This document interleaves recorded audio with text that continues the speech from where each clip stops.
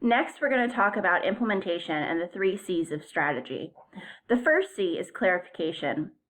As we noted earlier, Abbott's strategy is to provide advanced medical technology to better the health of individuals now and in the future.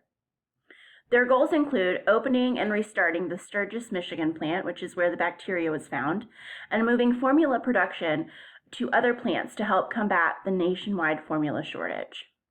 Internally, Abbott has a very strong brand reputation and high customer satisfaction. Externally, they need to be aware of the threat of new competition, and they have the opportunity to innovate their technology. In regards to innovating technology, the pandemic has taught Abbott a lot about how their technology is connected to their devices.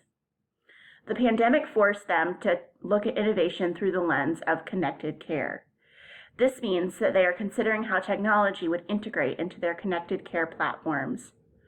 The digital components of their products are intrinsic and are introduced early in the design stages.